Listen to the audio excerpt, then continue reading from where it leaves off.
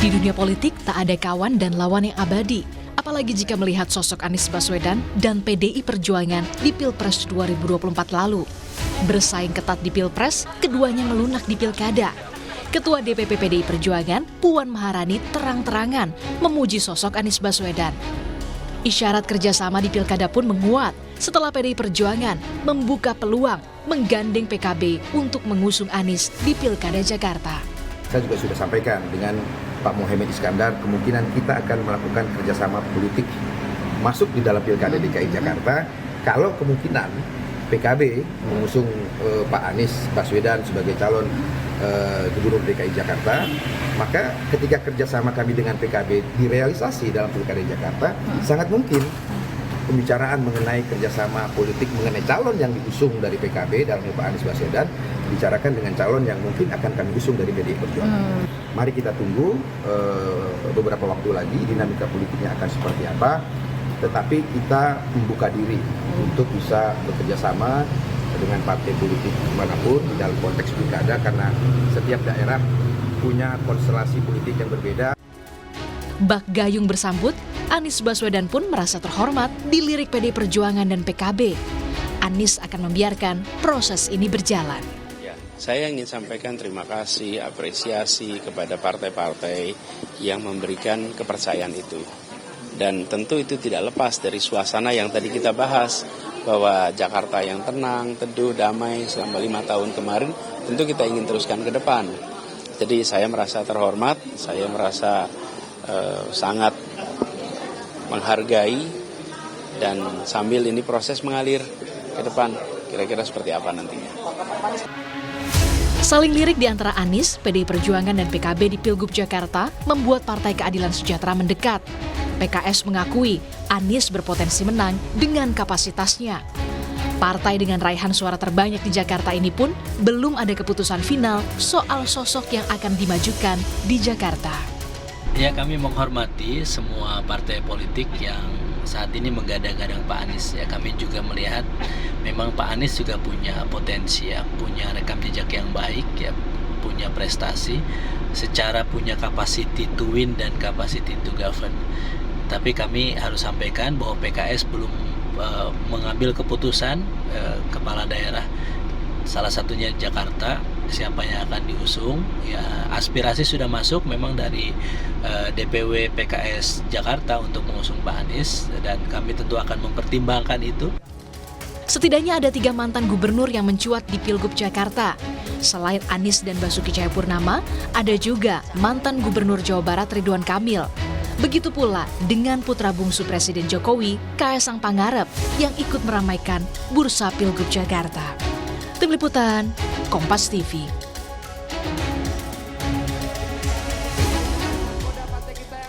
PDI Perjuangan dan Anies Baswedan saling puja-puji menarik. Benarkah ini akan berujung dukungan PDI Perjuangan kepada Anies di Pilgub Jakarta?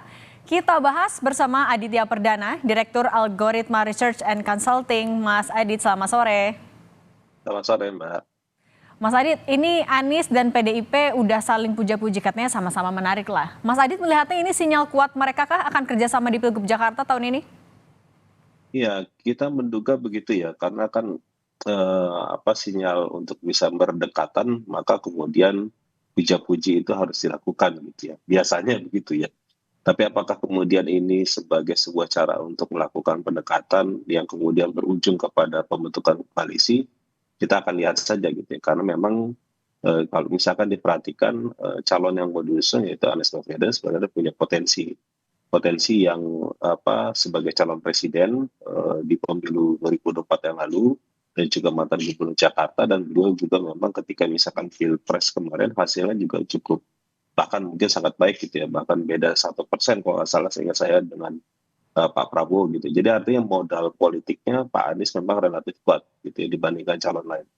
Sehingga wajar saja ketika misalkan beberapa partai termasuk juga PDIP atau bahkan mungkin PKS atau beberapa partai lainnya, PKB yang saya dengar juga melirik Anies untuk kemudian mendorong untuk maju di dalam pencalonan gubernur yang kedua. Jadi dari sisi itu bisa kita pahami situasinya, sehingga Ini yang kemudian mendorong bahwa situasi ini yang kita akan lihat apakah saling puja-pujinya itu akan berujung pada pembentukan koalisi yang dimaksud itu. Mas Adi, tapi kan kita tahu Anies Baswedan sama PDI Perjuangan selalu bertentangan, belum ada nih di perahu yang sama. Emang iyakah hanya karena elektabilitasnya? Kemarin juga di Pilpres lumayan suaranya cukup tinggi. Hanya itukah yang bikin PDI Perjuangan melunak?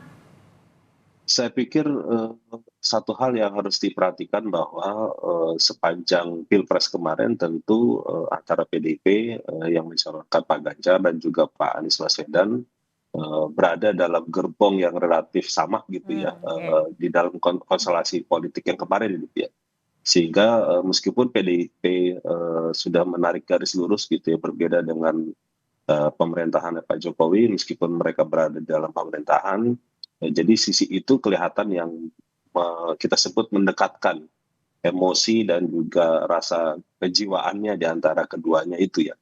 Jadi dari sisinya Pak Anies atau bahkan mungkin para pendukungnya, termasuk yang kalau misalkan kita lihat konsistensi antara para pendukung Pak Anies yang di luar komitmen untuk pemerintahan hari ini, itu kan ada di PKS ya. Meskipun kita perhatikan kalau dari sisi koalisinya kan Nasdem sama PKB memutuskan untuk gabung yang nanti gitu ya.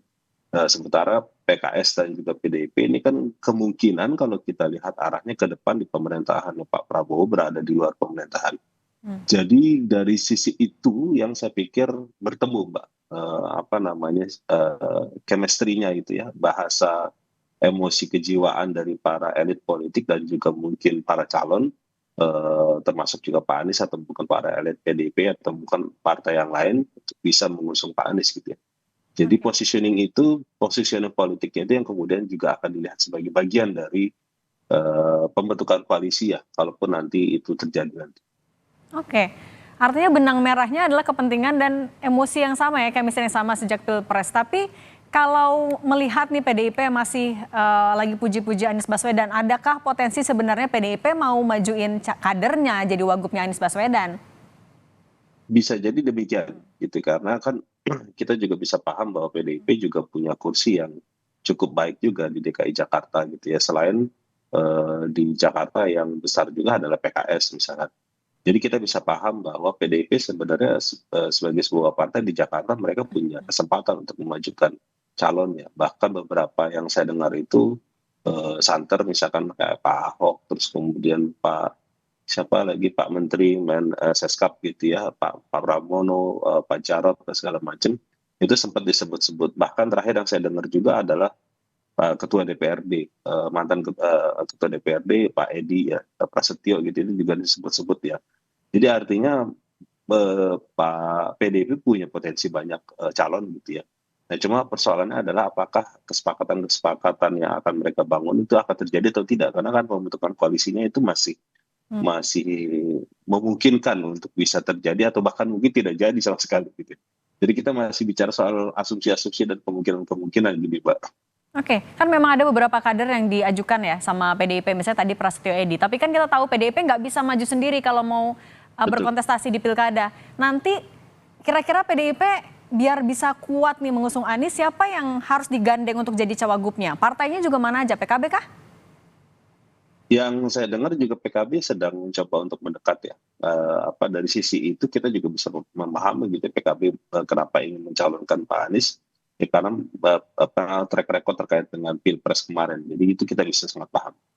Jadi menurut saya adalah sosok Pak Anies ini adalah orang yang punya potensi kemenangan yang baik gitu ya, sehingga tentu akan dilirik oleh partai politik lain gitu. Jadi pada saat yang bersama juga kita sangat paham track record di dalam pemerintahannya ketika menjadi gubernur juga dianggap baik. Jadi artinya dari sisi kepeluangan ini tentu akan ada banyak partai politik yang akan mensupport koalisi ini. Cuma masalahnya adalah kita belum tahu keseriusan Pak Anies untuk mencalonkan apakah sudah menjawab iya atau tidak gitu ya. Di samping juga calon-calon lain juga sedang menanti gitu ya, bahkan termasuk kadang-kadang seperti Ridwan Kamil gitu yang juga belum menentukan pilihan mau di mana, di Jakarta ataupun di Jawa Barat. Jadi konstelasi ini masih saling menunggu satu sama lain kali ya Mbak. Jadi ini yang menurut saya tambah menariknya tuh di situ, karena di Jakarta itu masih saling lirik-lirikan satu sama lain, Pak Anies maju atau enggak gitu. Kalau nggak maju kan berarti ada potensi lain untuk bisa menang gitu ya. Bisa ikutan juga berkompetisi di situ. Gitu. Oke. Jadi memang masih menariknya ditambah itu, Mbak. Oke, tapi kan PDIP, PKB, PKS semuanya belum ada yang fix nih mau mengusung Anies apa enggak. Tapi kalau kemungkinan mereka bertiga berkoalisi, kan artinya ya lumayan lah. Karena mereka chemistry-nya ataupun juga komunikasinya masih terus berlangsung. Jadi cawagupnya siapa nih kira-kira yang bisa membuat Anies semakin kuat di Jakarta? Ya, pilihannya kemudian adalah siapa yang kemudian akan mengajukan. Apakah PDIP ataupun PKB misalkan. Atau bersepakatnya siapa di luar itu kalaupun mereka tidak punya titik temu terkait dengan itu. Jadi memang ini yang jadi perlu untuk dibicarakan gitu ya. Tentu pada saat yang bersamaan juga harus dicek respon masyarakat, pandangan publik ataupun popularitas dan elektabilitas dari calon yang mau diusung bersama Pak Anies potensinya bagaimana. Kalau memang ternyata baik, positif ya tentu tidak akan ada keberatan kalau misalkan calon itu bisa digandengkan gitu ya. Jadi memang ada beberapa hal yang saya pikir perlu untuk dicocokkan ya, bukan hanya soal chemistry-nya, tapi juga soal bagaimana respon dan tanggapan publik terhadap itu calon yang mau diajukan sebagai calon wakil gubernurnya nanti. Gitu. Ada Itu nama Andika Perkasa juga, Mas Adit. Gimana ngeliat peluangnya? kalau Pak Andika saya pikir bisa saja gitu ya. Cuma masalahnya kemudian adalah Pak Andika kan tidak punya pengalaman sama sekali gitu ya untuk di level pemerintahan daerah atau meskipun beliau adalah Panglima TNI gitu ya. Tapi maksudnya adalah yang nama-nama yang disebutkan oleh PDIP yang lalu itu kan mereka juga punya pengalaman di level eksekutif gitu, Mbak. Pak Jarod, terus kemudian Pak Ahok gitu ya, Pak Pras gitu ya, yang juga punya pengalaman di DKI gitu ya. Jadi ada banyak pertimbangan yang saya pikir juga harus dilihat gitu ya. Dan penentunya tentu ada di pimpinan PDIP ya. Kalaupun ingin mendorong bagaimana itu yang akan disodorkan siapa namanya. Oke, kalau misalnya nanti Anies Baswedan tetap maju di Pilkada Jakarta dengan siapapun partai politik yang mengusungnya, siapa kira-kira lawan yang sama-sama kuatnya lah sepadan untuk melawan Anies di Pilkada Jakarta, Mas? Makanya ini pertarungan yang menurut saya masih saling menunggu ya. Kita belum tahu situasinya. Kalaupun yang sepadan, sepengetahuan saya ini juga data yang lama yang dan saya pikir masih konsisten gitu ya. Yang relevan itu adalah Ridwan Kamil gitu ya. Beliau memang punya potensi untuk bisa menjadi lawan dari Pak Anies kalau misalkan berkenan untuk maju. Dan kalau seandainya Ridwan Kamil juga ingin tarung di Jakarta. Kalaupun tidak ada maka ada calon lain yang sebenarnya bisa potensi, tapi cuma masalahnya ini adalah kalau mau digaitkan dengan PDIP maka dia itu adalah Ahok gitu ya. Tapi masalahnya kan Ahok tidak bersedia atau tidak gitu untuk dicalonkan jadi nomor 2 gitu. Itu yang juga jadi isu yang saya pikir perlu untuk dilihat. Tapi artinya saya nggak tahu kalau untuk Gerindra siapa yang kemungkinan akan maju ya, itu juga masih jadi catatan gitu ya. Masih saling menunggu satu sama lain. Jadi masih bisa berubah gitu Mbak situasi ini. Tapi kalaupun ditanya siapa yang paling potensial ya memang Anies melawan Ridwan Kamil gitu.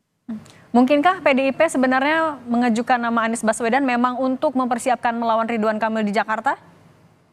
Dugaan saya begitu, meskipun juga Ridwan Kamil juga posisi di Jawa Barat juga diinginkan gitu. Itu yang kadang-kadang kita masih belum jelas. Jadi kita masih belum bisa memahami endingnya di mana gitu. Calon-calon ini akan berlabuh dan kemudian mereka berkoalisi ataupun membentuk koalisinya itu seperti apa. Kita tunggu saja lah. Kita belum pasti dapat gambaran yang jelas karena semua masih abu-abu, Mbak. Oke. Mas Adit, kan PDIP mengajukan nama Anies Baswedan karena memang tidak ada sosok yang kuat di internalnya. Apakah kalau Mas Adit melihat ini sebenarnya kepentingan politik dari PDI Perjuangan atau gimana, Mas? Ya, saya pikir memang begitu ya. PDIP juga harus realistis gitu. Kalaupun mereka ingin tetap berkontribusi di Jakarta gitu, maka kemudian mereka harus mencalonkan calon yang tingkat kemenangan juga tinggi. Sebagai contoh misalkan kalau mau dipaksakan dari internal PDIP gitu ya untuk menjadi nomor 1 gitu sebagai calon gubernur, saya pikir tidak mudah gitu ya. Manakala posisi Pak Anies sendiri hari ini juga relatif baik gitu ya. Jadi eh, apa Pak PDIP atau bahkan partai-partai lain juga berhitung soal itu. Jadi Jakarta ini relatif hampir mirip dengan daerah lain seperti misalkan Jawa Timur gitu ya, ya seperti Bu Hovifah yang punya potensi yang cukup baik ya, sehingga kemudian para elit politik dan juga partai politik sedang menyusun strategi agar bisa mengimbangi calon-calon yang mau ditampilkan nanti gitu. Jadi itu salah satu kemudian kenapa tarik ulurnya atau bahkan nama-nama ini masih sedang atau terus dibicarakan gitu ya. Karena ada kepentingan-kepentingan yang tentu mereka sedang ingin sampaikan kepada publik juga. Meskipun kita bisa paham calon-calonnya juga punya kompetensi, punya popularitas, elektabilitas, track record yang juga sebenarnya baik. Jadi kita nggak ada masalah gitu ya. Publik sebenarnya relatif sudah mengenal dengan baik pada calon-calon. Tinggal pasangan ini akan seperti apa gitu ya. Dengan siapa itu akan dipasangkan, itu yang kita perlu tunggu ya. Oke, Mas Adit ngelihatnya kalau dari dinamika politik sekarang di Jakarta, kira-kira akan ada berapa poros nanti yang maju di Pilkada Jakarta 2024? Dugaan saya dua ya. Dugaan saya dua. Kalaupun ada tambahan 3 gitu ya. Tapi saya pikir Jakarta kan termasuk daerah yang pilkadanya relatif punya tingkat kompetisinya yang relatif ketat gitu ya. Jadi saya pikir akan sangat berhitung dengan dalam gitu ya bagi para calon yang mau bertanding gitu, yang mau bertarung. Tapi kalaupun ada 3 gitu atau 4 ya, kan ada calon independen 1 ya yang kemungkinan besar akan lolos gitu ya. Jadi mungkin kalau yang dari koalisi partai mungkin 2 ditambah calon independennya 1 atau bahkan mungkin dari partainya koalisi partai 3 dan mungkin calon independennya. Jadi total mungkin antara 3 atau 4 gitu ya. Kita lihat saja nanti. Nah, 3 porosnya itu siapa aja Mas kira-kira? Kita tunggu saja satu lagi Gerindra dan kita belum tahu ya apakah Gerindra dan Golkar itu akan jadi satu poros ya, termasuk sama PAN. Oke, Gerindra sih kemarin bilang udah mau dukung RK sebenarnya ya, tapi masih nunggu Golkar juga akan tugasin RK di mana ya berarti? Makanya itu balik lagi kan akhirnya muternya di situ gitu, itu muternya di situ, dan termasuk PAN juga saya yakin juga akan punya posisi yang relatif sama gitu ya. Nasdem juga kita belum tahu apakah mau ambil dukungan dengan bersama Anies atau bahkan mungkin bersama RK gitu ya. Kita belum tahu juga kondisinya. Oke, pendaftaran memang masih lama ya Agustus, tapi sebenarnya apa yang masih ditunggu sih sama semua partai politik untuk deklarasi akan dukung ini secara pasti gitu? Ini seperti berpola Mbak, seperti layaknya pendaftaran Pilpres dan juga pilkada di banyak tempat gitu ya. Akan menjadi sangat baik gitu ya, putusan-putusan itu dilakukan di detik-detik terakhir dalam pandangan para elit politik gitu ya. Karena mereka merasa bahwa ketika keputusan itu dilakukan di detik-detik terakhir, maka putusan itu akan sudah fix gitu ya. Jadi tidak perlu ada kalkulasi lain atau bahkan diskusi-diskusi lain gitu ya. Sehingga waktu yang sekarang misalkan dari Juni sampai Agustus itu masih ada peluang bagi semua pihak yang ingin berkontestasi itu untuk terus melakukan dukungan politik gitu ya, mobilisasi dukungan politik baik itu kepada publik, masyarakat atau kepada elit-elit politik. Jadi itu langkah-langkah itu yang biasanya mereka lakukan untuk meyakinkan bahwa keseriusan terhadap calon yang mereka usung itu adalah benar-benar terjadi. Sehingga kondisi itu yang kemudian meyakinkan para pemutus kebijakan terutama di partai politik detik-detik terakhir itu mereka harus mengiyakan gitu. Jadi banyak hal sih, terutama bagi yang mereka tidak punya modal politik ya, paling nggak kita bisa menduga di elektabilitas dan popularitas. 2 bulan itu menurut saya cukup waktu untuk bisa mereka sosialisasi. Tapi bagi calon seperti Anies Baswedan atau bahkan Ridwan Kamil gitu ya, itu menurut saya adalah butuh waktu untuk meyakinkan elit politiknya, bukan ke masyarakat, karena dari sisi masyarakat sudah cukup banyak yang tahu soal mereka, kiprahnya dan segala macam. Jadi itu yang bisa terjadi nanti. Kita tunggu akhirnya nanti detik-detik terakhir menuju penutupan pendaftaran. Terima kasih Mas Aditya Perdana, Direktur Algoritma Research and Consulting. Terima kasih sudah berbagi untuk Rumah Pemilu. Sehat selalu Mas. Sehat selalu.